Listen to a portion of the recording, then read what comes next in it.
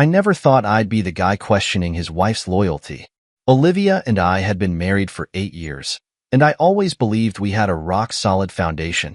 Sure, we had our disagreements, every couple does, but nothing that ever felt like a threat. At least, not until recently. It started with small things, the kind of changes you tell yourself don't mean anything. Olivia would laugh at her phone, tilting it away from me like she was guarding a secret. When I'd ask what was so funny, she'd wave me off, saying, "Just a meme from work." Then there were the late nights. She'd always worked hard, but lately, staying late at the office seemed to happen a little too often. Her explanations felt rehearsed, like she'd planned them out in advance. I told myself it was nothing. I trusted her. But doubt has a way of creeping in, planting seeds that grow no matter how hard you try to uproot them. The turning point came on a Wednesday night, a quiet evening like any other. I was sitting on the couch, half watching a documentary while Olivia worked in the study. My phone buzzed. At first, I thought it was a spam text. The number wasn't saved in my contacts, and the message was brief. "I'm the man she dreams about." I stared at the words, my heart pounding. Attached to the message was a name, Kyle. I read it over and over, hoping I was misunderstanding, that there was some innocent explanation. But the pit in my stomach told me otherwise. The message wasn't vague. It wasn't cryptic. It was a deliberate taunt, a claim from a man who seemed to think he had a place in my wife's life. I fought the urge to storm into the study and demand answers. Instead, I sat there, gripping my phone like it might give me the truth if I stared at it long enough. Who was Kyle? I couldn't recall Olivia mentioning anyone by that name. Was he a coworker? A friend? Or someone I had no idea existed until now? When Olivia came out of the study a little while later, she looked tired but cheerful. "Hey," she said, dropping onto the couch beside me.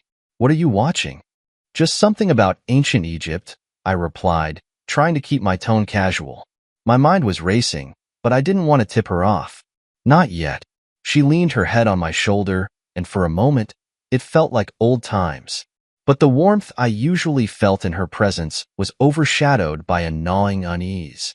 I wanted to ask her outright, to shove the message in her face and demand an explanation. But I held back. I needed to know more before I confronted her. That night, as Olivia slept peacefully beside me, I lay awake, staring at the ceiling. My mind replayed every interaction we'd had over the past few months, searching for signs I might have missed. Her sudden shift in behavior, her guarded phone, the late nights. It all felt like pieces of a puzzle I was desperate to solve. I looked at the message again, debating whether to respond. Was Kyle expecting me to lash out? To confront Olivia without thinking? No, I wouldn't give him that satisfaction. If he thought he could waltz into my marriage and sow chaos, he was in for a rude awakening. I closed my eyes, trying to quiet the storm of emotions swirling inside me. Anger, confusion, betrayal, they all battled for dominance. But underneath it all was a steely resolve. I wouldn't let this break me. If Olivia was hiding something, I'd find out. And if Kyle thought he could stake a claim on my wife, he'd learn soon enough that he had underestimated the wrong man. As the first rays of sunlight filtered through the blinds, I made a silent promise to myself. I would uncover the truth, no matter how painful it might be. This was my marriage, my life, and I wasn't about to let anyone take it from me. The message from Kyle stayed with me, gnawing at the edges of my mind like an unanswered question. The next morning, I woke up with a sense of purpose. If I was going to face this head-on, I needed to know who Kyle was. My instinct told me he wasn't just some random guy. His confidence, the audacity to send me a message like that, suggested a deeper connection to Olivia. Over coffee, I casually asked Olivia about her day. "Anything interesting happening at work?" I kept my tone light, nonchalant. She shrugged, scrolling through her phone. "Just the usual chaos. Deadlines, meetings, you know the drill." She didn't even look up. Her indifference stung, but I filed it away as more evidence of the distance growing between us. If Kyle was part of her usual chaos, she wasn't about to admit it. After she left for work, I sat at the kitchen table, staring at the name on my phone screen. Kyle. It wasn't much to go on, but it was enough to start. I opened my laptop and began searching. If he worked with Olivia, There had to be something online. LinkedIn profiles, social media, anything that could give me a clue. It didn't take long to find him. Kyle Matthews, Senior Marketing Manager at Olivia's company. His profile photo was exactly what I expected. Square jaw, perfect smile, designer suit. The kind of guy who probably practiced smirking in the mirror before leaving the house. His bio was a cliché-ridden masterpiece about driving innovation and cultivating team synergy. I rolled my eyes, but something about his polished image made my stomach churn. The more I dug, the clearer his reputation became. Comments on his social media posts painted a picture of someone who thrived on charm and charisma. A few coworkers had even tagged him in photos from happy hours, always surrounded by women. One comment caught my attention. "Kyle, stop stealing all the wives." It was clearly a joke, but it hit too close to home. I couldn't stop thinking about the way Olivia had been acting lately. The late nights, the guarded phone, the laughter she used to share with me but now reserved for someone else. Was Kyle the one behind it all? The pieces started to click together, forming a picture I didn't want to see. That evening, I decided to push a little harder. As we sat down for dinner, I asked, "So, who's this Kyle you work with?" I saw his name on one of those team emails you showed me a while back. Olivia's reaction was subtle but telling. Her fork paused midair for a split second before she resumed eating. "Oh, Kyle? He's just one of the managers. We don't work together that much, really." Her tone was breezy, dismissive, but I noticed the faintest hint of tension in her shoulders. She was lying. I didn't need proof to know it. Her body language said everything her words didn't. "Funny," I said, keeping my voice even.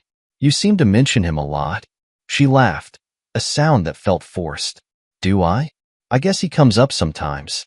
He's got a big personality, you know? Big personality." That was one way to put it. I didn't press further. Pushing too hard would only make her more defensive, and I needed her guard down if I was going to uncover the truth. That night, as she slept beside me, I scrolled through her social media accounts, looking for any connection to Kyle. There wasn't much, just a few work-related posts and a group photo from a recent company event. Kyle stood next to Olivia in the picture, his hand resting lightly on her shoulder. The sight made my blood boil. It was subtle, easy to dismiss as innocent, but I knew better. The way he leaned toward her, the casual possessiveness of his touch. It wasn't professional. I saved the photo to my phone, my resolve hardening. Kyle wasn't just a coworker. He was a threat to everything I'd built with Olivia, and I wasn't going to sit back and let him ruin my marriage. The next few days were a blur of surveillance and suspicion. I checked phone records, noting the frequent calls and texts between Olivia and Kyle.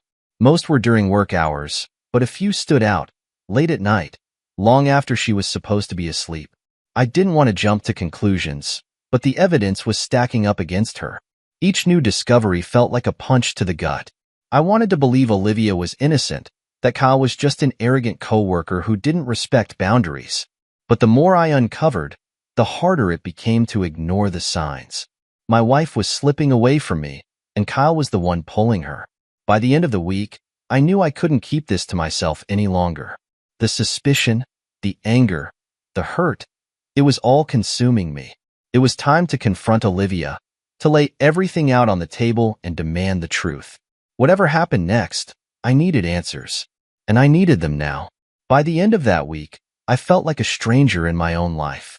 The trust that once defined my relationship with Olivia was now a distant memory, replaced by a gnawing suspicion that refused to let me sleep. The late-night texts, the group photo, the guarded smiles, it all played on a loop in my mind. I couldn't ignore it anymore. I needed answers, and the only way to get them was to confront Olivia directly. That Friday evening, I waited for her to come home. She arrived later than usual, stepping through the door with her usual cheerful greeting, but I could see the fatigue in her eyes. Or was it guilt? I wasn't sure anymore. "Hey," she said, setting her bag on the kitchen counter. "Sorry I'm late. The team meeting ran over." I leaned against the dining table, arms crossed. Team meeting with Kyle? The name hung in the air between us like a grenade waiting to explode. Her smile faltered, just for a second, before she recovered. "Kyle? Yeah, he was there. Why?" I didn't answer right away. Instead, I pulled out my phone and opened the screenshot of the text I had received from Kyle. I held it out to her. "Because I got this a few days ago." Her face went pale as she read the message. "I'm the man she dreams about." It was signed with Kyle's name, the audacity of it glaring in black and white. She looked up at me, her eyes wide with a mix of confusion and anger. "Where did you get this?" she demanded, her voice rising. "That's not the question, Olivia," I said, keeping my tone measured. "The question is, why is Kyle sending me messages like this? What's going on between you two?" She scoffed, crossing her arms. "Nothing is going on. Kyle's just Kyle. He jokes around a lot. He probably thought it would be funny." "Funny?" I repeated, my voice hardening. "You think this is funny? This isn't some harmless prank, Olivia. This is a man claiming he has a place in your life, a place that's supposed to belong to me." Her defensiveness only grew. "You're reading too much into this. Kyle is just a coworker. He has a big personality, and sometimes he crosses the line, but it's nothing serious." I stared at her, searching for a crack in her facade. "If it's nothing serious, then why didn't you tell me about him sooner? Why are you always on your phone, laughing at his texts, staying late at work? Why does he feel comfortable enough to send me a message like this?" Her silence was deafening. She opened her mouth to speak, then closed it again, as if weighing her next words carefully. "I don't know what you want me to say, Marcus. I didn't ask for that message. And yes, maybe I've been spending a lot of time at work, but it's not because of Kyle.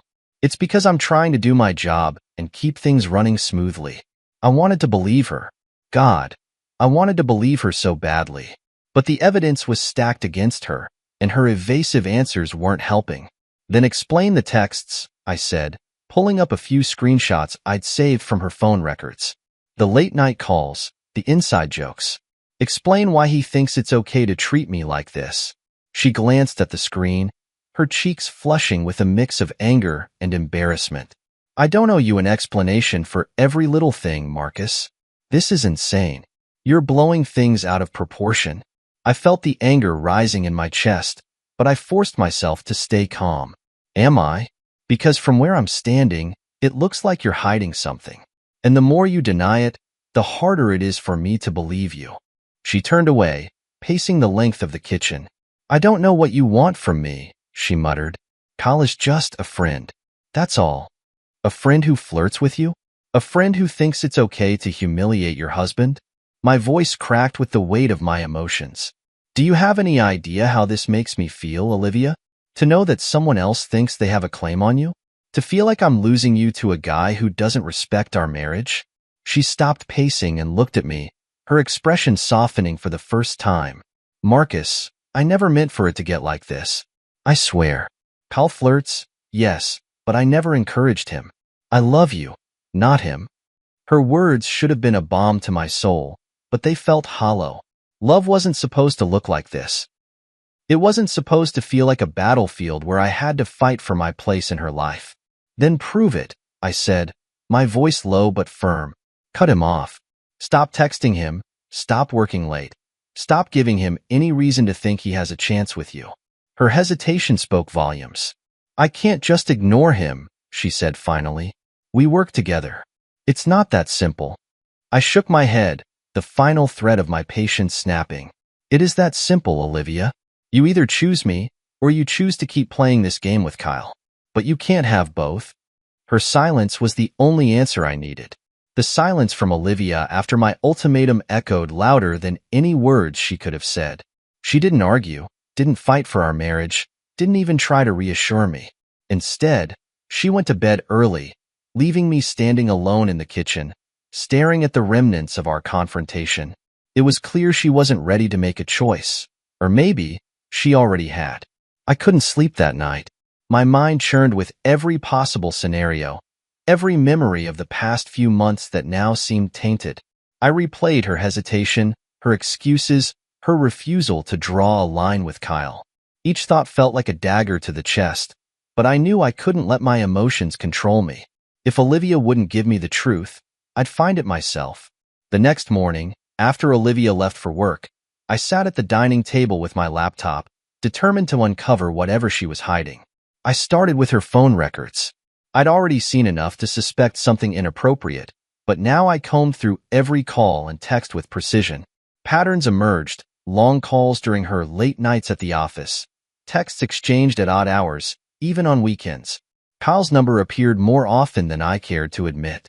I took screenshots of everything. If I was going to confront her again, I needed to be prepared. But phone records only told part of the story. I needed more concrete proof, something that would either confirm or debunk my suspicions. That's when I remembered her work laptop. She rarely brought it home, but last week she had mentioned needing it for a presentation. I rummaged through the study, and there it was, tucked neatly into her bag. A part of me felt guilty for even considering this, but another part, the part that had endured sleepless nights and endless doubts, knew it was the only way. I booted up the laptop, and thankfully, it didn't require a password to log in. Emails, work files, chat logs, it was all there. My heart raced as I opened her messaging app. At first, it seemed innocent enough. Conversations about deadlines, project updates, and meetings. But then I found the thread with Kyle. The messages were casual at first, filled with work banter and harmless jokes. But as I scrolled further, the tone shifted. Kyle's messages became flirtatious, laced with compliments that crossed professional boundaries. "You looked amazing in that dress today," one read. "You always brighten my day," said another. Worse, Olivia didn't shut him down.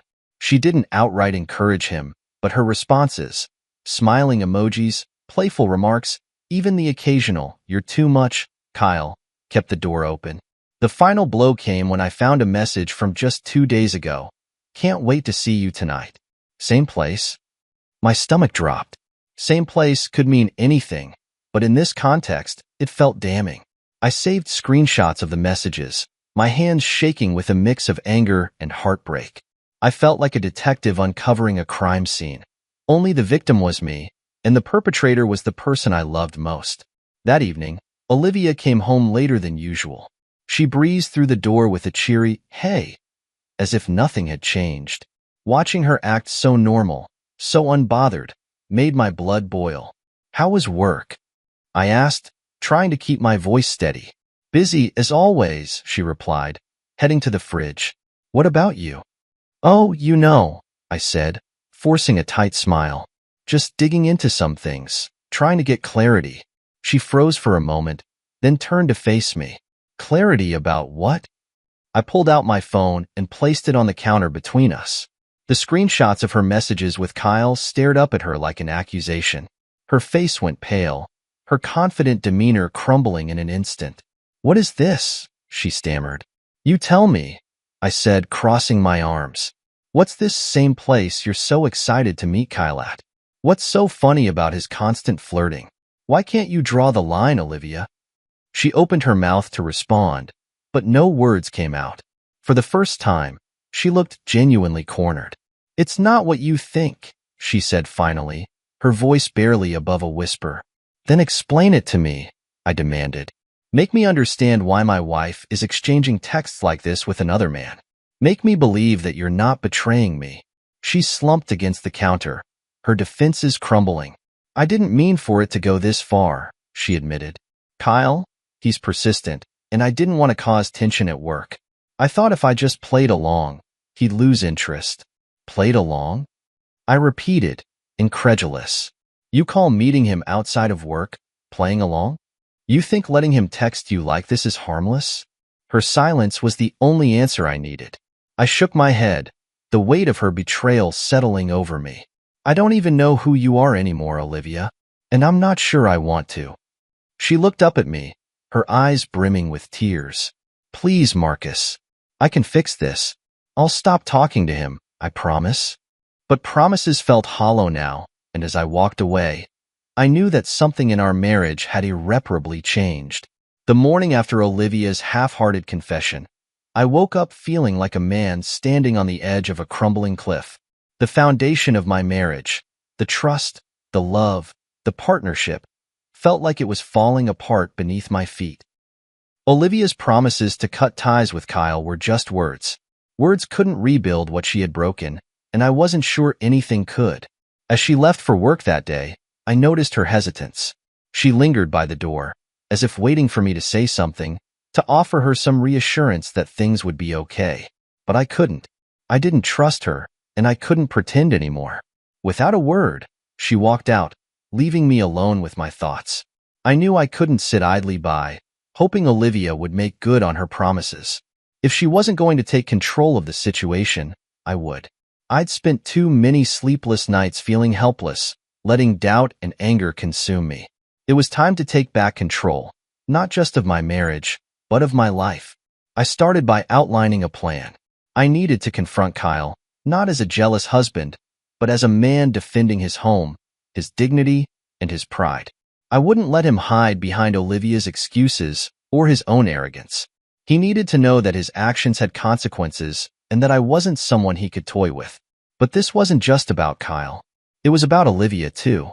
Her betrayal, her complicity, her refusal to set boundaries. It all played a role in the situation we were in. I couldn't force her to change, but I could draw a line in the sand and make it clear that I wouldn't tolerate disrespect any longer. Over the next few days, I started gathering everything I needed. I reviewed the screenshots of their texts, the phone records, the photos from their work events. Each piece of evidence was a reminder of the person Olivia had become, a far cry from the woman I married. It hurt, but it also fueled my resolve. I wasn't just fighting for my marriage anymore. I was fighting for my self-respect. I also did my research on Kyle. I combed through his social media, finding more than enough to confirm what I already knew. He was a serial flirt, the kind of guy who thrived on attention and didn't care who he hurt in the process. There were photos of him with other women, comments from coworkers hinting at his behavior, and even a few posts where he boasted about his conquests. The man had no shame. By the time Friday rolled around, I was ready. I knew Kyle's schedule from Olivia's casual mentions over the past few months. I knew when he'd be at the office, and I knew how to catch him off guard. I wasn't proud of what I was about to do, but I also didn't regret it. Sometimes, you have to take drastic measures to protect what matters most. That afternoon, I walked into Kyle's workplace, my heart pounding in my chest. I wasn't sure what I'd find or how he'd react, but I was prepared for anything. The receptionist gave me a curious look as I asked for Kyle, but she didn't stop me. Within minutes, I was standing outside his office, the door slightly ajar. He was sitting at his desk, typing on his computer, completely unaware of my presence. I knocked once, sharply, and stepped inside without waiting for an invitation. "Can I help you?" he asked, looking up with a smirk that immediately set my teeth on edge. "You can start by explaining why you think it's okay to send messages like this to another man's wife," I said, holding up my phone with the screenshot of his text to me. His smirk faltered for a moment, but then he leaned back in his chair, regaining his composure. "Ah, you must be Marcus. I was wondering when you'd show up." The arrogance in his tone was like gasoline on a fire. "So, you know who I am, and you still thought it was a good idea to mess with my marriage?" I stepped closer, my voice low and controlled. "Let me make one thing clear. I don't play games, and I don't tolerate disrespect." Kyle shrugged, clearly unfazed. "Look, man, Olivia and I are friends. She's a great woman, but if you can't keep her happy, that's not my problem." The audacity of his words made my fists clench, but I refused to give him the satisfaction of losing my temper. "This isn't about keeping her happy," I said. "This is about you crossing lines you have no business crossing. You're not just messing with her.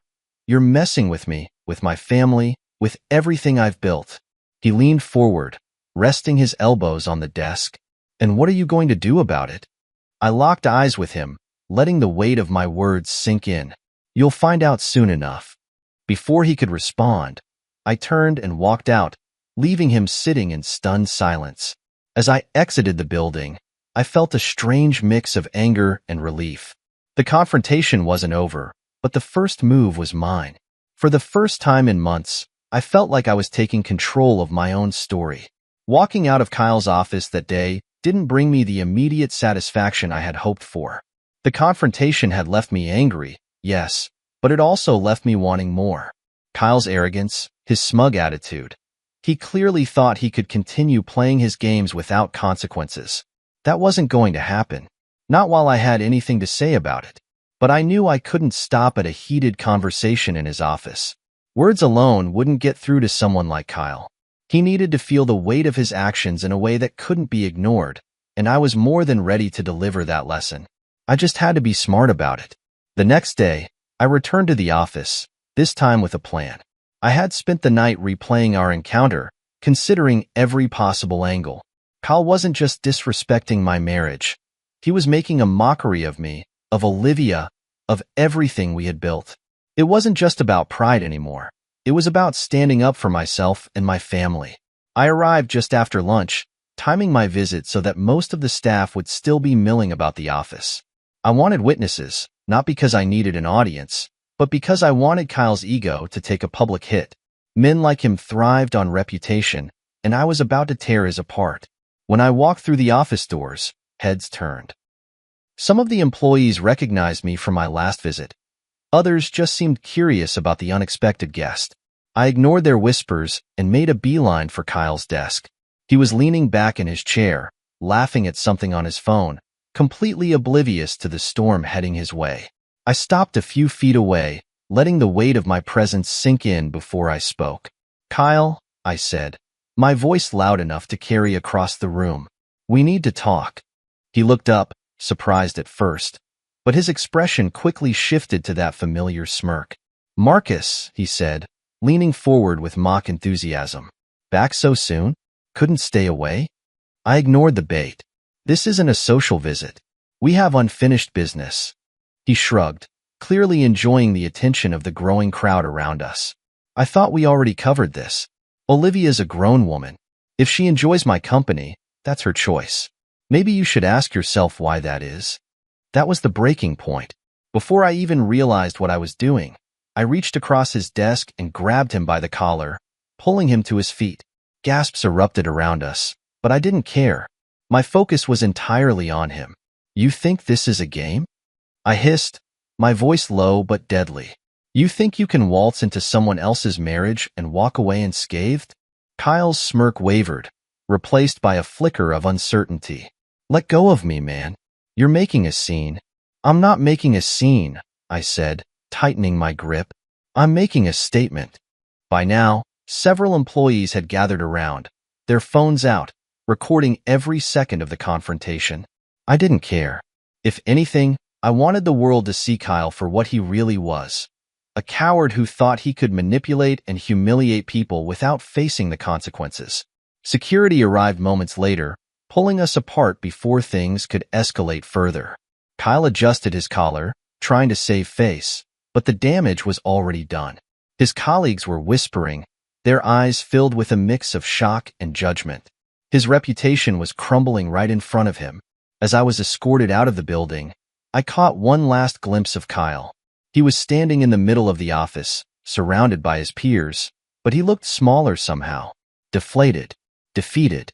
It wasn't the complete victory I wanted, but it was a start. Later that evening, Olivia confronted me as soon as she walked through the door. Her face was a mix of anger and disbelief. "What the hell were you thinking, Marcus?" she demanded. "Do you have any idea what you've done?" I defended my marriage. I shot back. "Something you should have been doing all along." She threw up her hands in frustration.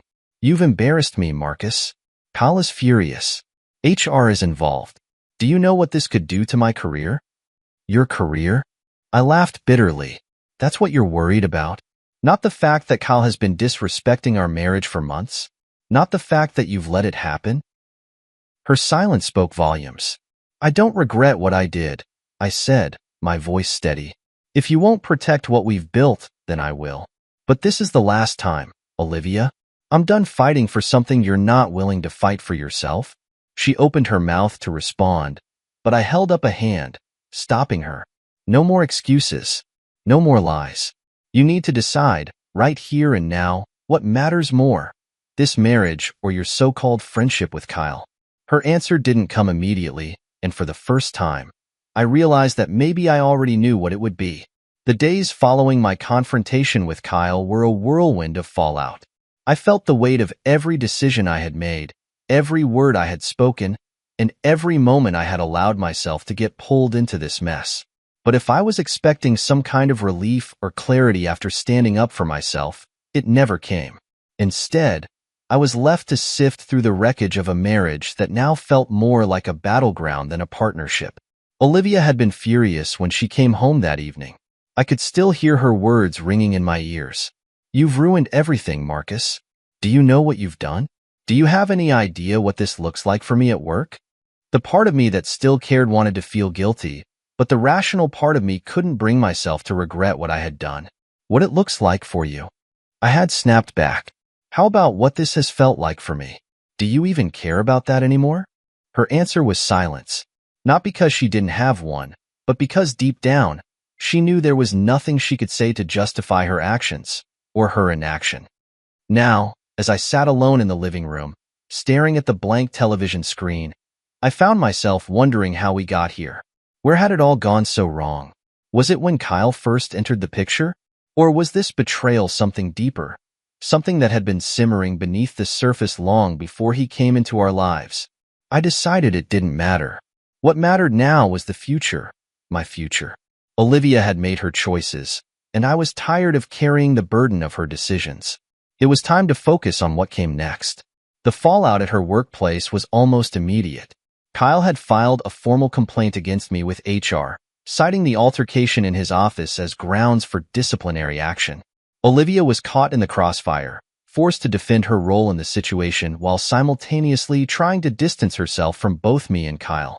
She spent her days navigating the chaos, and her nights were spent in icy silence at home. She tried to talk to me once, a few days after the incident. "Marcus," she began hesitantly, sitting across from me at the dining table. "I know things have been difficult lately, but I need you to understand that what happened with Kyle, it wasn't what you think." I raised an eyebrow, waiting for her to continue.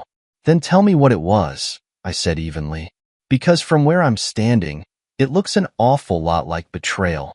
Her eyes filled with tears, and for a moment, I thought she might finally open up, finally take accountability for her actions.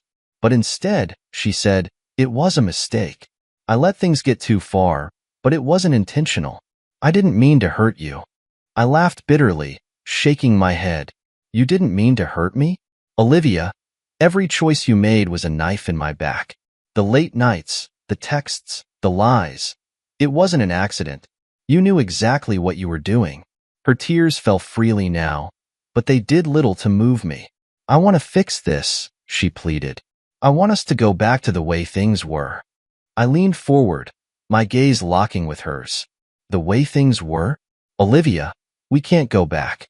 You destroyed that the moment you let Kyle into our marriage. The only question now is whether there's anything worth saving." She didn't respond, and in that moment, I realized she didn't have an answer. Maybe she was as lost as I was, trapped in a situation she didn't know how to escape. Or maybe she had already given up, even if she couldn't bring herself to admit it. That night, I packed a bag and left. I didn't know where I was going or how long I would be gone, but I knew I needed space to think, to breathe, to figure out what I wanted. The house felt suffocating, every room a reminder of what we had lost. I spent the next few days at a friend's place, reflecting on everything that had happened. I thought about the man I had been before Kyle entered the picture, confident, trusting, happy, and the man I was now. I didn't like what I saw.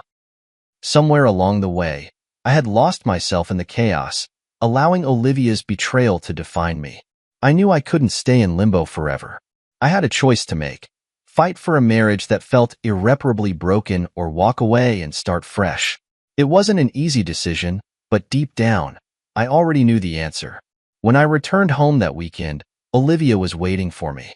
Her eyes were red-rimmed, and she looked like she hadn't slept in days. "Marcus," she said softly, "I don't want to lose you." I sighed, setting my bag down by the door. "Then why did you push me away?" She didn't have an answer, and for the first time, I realized that maybe it wasn't my job to find one for her. This was her mess to clean up, her responsibility to take ownership of. I had done everything I could, and now it was time to let go. "Olivia," I said, my voice steady, "I need time. Time to figure out if this is something I can forgive. But right now, I can't give you an answer." She nodded, tears streaming down her face. and as I walked past her into the house, I felt the weight of her gaze on my back, heavy with regret. Returning home didn't feel like a resolution. It felt like standing on the edge of a battlefield, surveying the wreckage. The house was eerily quiet, Olivia's presence muted. She'd spent the past few days treading carefully, offering half-hearted attempts to engage, but I kept my distance. I wasn't ready for reconciliation, and I wasn't sure if I ever would be. The silence between us was oppressive, filled with unspoken words and unresolved tensions. I spent my days focused on work and the gym, trying to rebuild the parts of myself that felt broken. My evenings were spent in the guest room, the physical distance between us mirroring the emotional chasm that had grown over the past few months. Olivia, to her credit, seemed to recognize the gravity of the situation. She stopped bringing up Kyle, stopped making excuses, and started reflecting, or so it seemed. One night, she approached me in the kitchen, her posture hesitant. "Marcus," she began, her voice soft but steady. "I've been thinking a lot about everything that's happened. I know I hurt you, and I know words aren't enough, but I want to try to fix this." I put down the glass I was holding, turning to face her. "What does fixing this look like to you, Olivia? Because I'm not interested in empty promises or temporary changes. I need real accountability, real effort." Her eyes welled with tears, but she didn't look away. "I'm willing to do whatever it takes," she said. "Counseling, cutting off contact with Kyle, even changing jobs if that's what you need." It was the first time I'd heard her take full ownership of her role in the mess we were in. For a moment, I felt a flicker of hope. But hope wasn't enough to erase the betrayal, the humiliation, the sleepless nights spent questioning everything I thought I knew about her. "I'll think about it," I said finally, my tone measured. "But this isn't just about you proving yourself, Olivia. This is about me figuring out if I can even trust you again. That's not something I can decide overnight." She nodded, wiping her eyes. "I understand. Take all the time you need." I appreciated her restraint, her willingness to give me space, but it didn't make the process any easier. Over the next few weeks, we started attending counseling sessions, each one peeling back another layer of our fractured relationship. The therapist was a neutral party, asking pointed questions that forced us to confront uncomfortable truths. "Why do you think you let things with Kyle go as far as they did?" the therapist asked Olivia during one session. She hesitated, her hands fidgeting in her lap. I think I felt unappreciated at home," she admitted. "Not because Marcus didn't care, but because I wasn't communicating my needs. And when Kyle gave me attention, it felt validating. I know that's not an excuse, but it's the truth." Her words stung, but they also provided clarity. She had been searching for something I didn't know she was missing, and instead of coming to me, she had sought it elsewhere. It wasn't fair, but it was honest. In turn, I had to confront my own shortcomings. "I think I got complacent," I admitted during another session. "I assumed everything was fine because she didn't tell me otherwise. Maybe I could have done more, been more attentive. But that doesn't justify what she did. It doesn't erase the betrayal." The sessions were draining, emotionally and mentally. Each one felt like tearing open old wounds, but it also allowed us to start healing, individually and as a couple. Olivia followed through on her promise to cut ties with Kyle, even going as far as requesting a transfer to a different department. It was a small step, but it was something. Still, trust was a mountain we hadn't even begun to climb.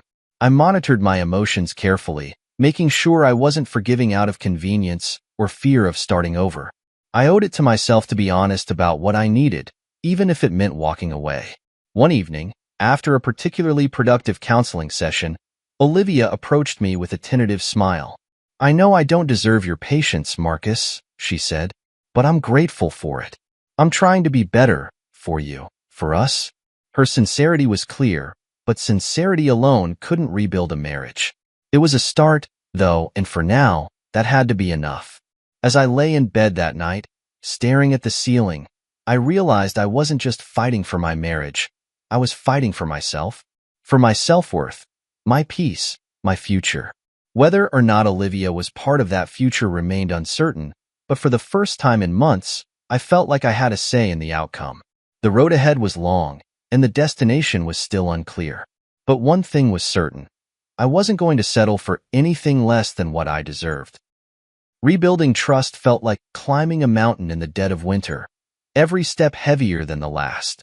The counseling sessions helped, sure, but they were just a piece of the puzzle. What lay between Olivia and me wasn't something a therapist could fix alone. It was up to us to decide if we had enough left to rebuild, or if we were just dragging a hollow shell of a marriage. Weeks turned into months, and though the wounds were still fresh, I couldn't deny that Olivia was trying. She stuck to her promise of cutting ties with Kyle, even going so far as to show me the transfer confirmation email from her boss. I didn't ask for it, but she offered it anyway, as if she knew I needed tangible proof of her commitment. The change in her demeanor was noticeable. The guarded smiles, the nervous deflections, they were gone. In their place was a woman who seemed to genuinely want to make amends. She started coming home earlier, volunteering to cook dinner, asking about my day with an interest I hadn't felt from her in years. It was a start, but it wasn't enough to erase the memories of betrayal. Meanwhile, I focused on myself. I threw myself into work, taking on new projects and expanding my network. I started going to the gym regularly, not just to channel my frustration, but to regain a sense of control over my life. Each drop of sweat, each mile on the treadmill, felt like a step toward reclaiming the man I used to be, the man who wasn't defined by someone else's actions. One evening, as I was finishing up at the gym, my phone buzzed. It was a message from Olivia. "Dinner's ready whenever you're home. I made your favorite." I stared at the text for a moment, my emotions conflicting. Part of me appreciated the effort she was making, but another part resented that it had taken her betrayal to push her to this point. I replied with a simple thanks, then drove home, my mind heavy with thought. When I walked through the door, the smell of roasted chicken and garlic filled the air. Olivia greeted me with a tentative smile, her apron dusted with flour. "Hey," she said softly, "how was your day?" "It was fine," I replied, hanging up my coat. "Yours?" "Busy," she said, setting the table, "but good. I talked to my boss about some new projects I might take on." She was trying to make conversation, to bridge the gap that still lingered between us. I appreciated the effort, but the weight of our unresolved issues hung in the air like a storm cloud. We ate dinner in relative silence, exchanging pleasantries but avoiding anything deeper. It wasn't the easy, carefree dynamic we once had, but it was progress, fragile, tentative progress. The real test came a few weeks later when I received an email from one of Olivia's colleagues. It was short and to the point. "FYI, Kyle got written up. HR's cracking down after your visit. He's been keeping a low profile ever since." I stared at the email, a mix of satisfaction and frustration coursing through me. On one hand, Kyle was finally facing consequences for his behavior. On the other hand, it felt like too little, too late. His actions had already caused irreparable damage to my marriage. A write-up wouldn't change that. When I showed the email to Olivia, she nodded solemnly. "I heard about that," she said. "He's been avoiding everyone at the office. I think he's embarrassed." "Good," I replied, my tone clipped. "He should be." She reached across the table, her hand hovering over mine. "Marcus, I know I can't change what happened, but I want you to know that I'm not the same person I was back then. I'm trying to be better, for you, for us." I looked at her, searching for any sign of deceit, but all I saw was sincerity. For the first time in months, I felt a flicker of hope. It wasn't forgiveness, not yet, but it was a step in that direction. As the weeks passed, we slowly began to rebuild. It wasn't easy. Trust wasn't something that could be repaired overnight, and there were still moments when doubt crept in, whispering that she might slip back into old patterns. But for every step backward, there were 2 steps forward. One night, as we sat on the couch watching a movie, Olivia turned to me and said, "I know I've said this before, but I need to say it again. I'm sorry, Marcus, for everything, for hurting you, for betraying your trust. I don't expect you to forgive me right away, but I hope you know how much I regret what I did." Her words felt different this time, not rehearsed or defensive, but raw and genuine. I nodded, the weight of her apology sinking in. "Thank you," I said simply. "That means a lot." It wasn't a grand gesture or a dramatic breakthrough, but it was a moment of connection, something we hadn't had in a long time. And for the first time, I allowed myself to believe that maybe, just maybe, we could find our way back to each other. It had been nearly a year since the confrontation that upended my world, and life finally felt like it was heading toward a sense of normalcy. Not the kind of normalcy we had before, where I blindly trusted Olivia and overlooked the small cracks in our foundation, but a new normal. One where I was more self-aware, more intentional about my boundaries, and more discerning about who I allowed into my life. Olivia and I had made progress. It wasn't perfect, and I wasn't naive enough to think it ever would be, but we had come a long way from the brink of destruction. Counseling had helped us communicate in ways we never had before. We started having honest, vulnerable conversations about our needs, our fears, and our flaws. I learned that Olivia's actions, while inexcusable, came from a place of insecurity and longing for validation, things she should have sought from me but instead sought elsewhere. And Olivia learned that my anger wasn't just about Kyle. It was about feeling invisible in my own marriage, about watching the woman I loved drift away and not knowing how to stop it. Forgiveness was a slow process, one I approached with caution. There were days when the memories of her betrayal still stung, when doubt crept in and made me question whether I had made the right choice in staying.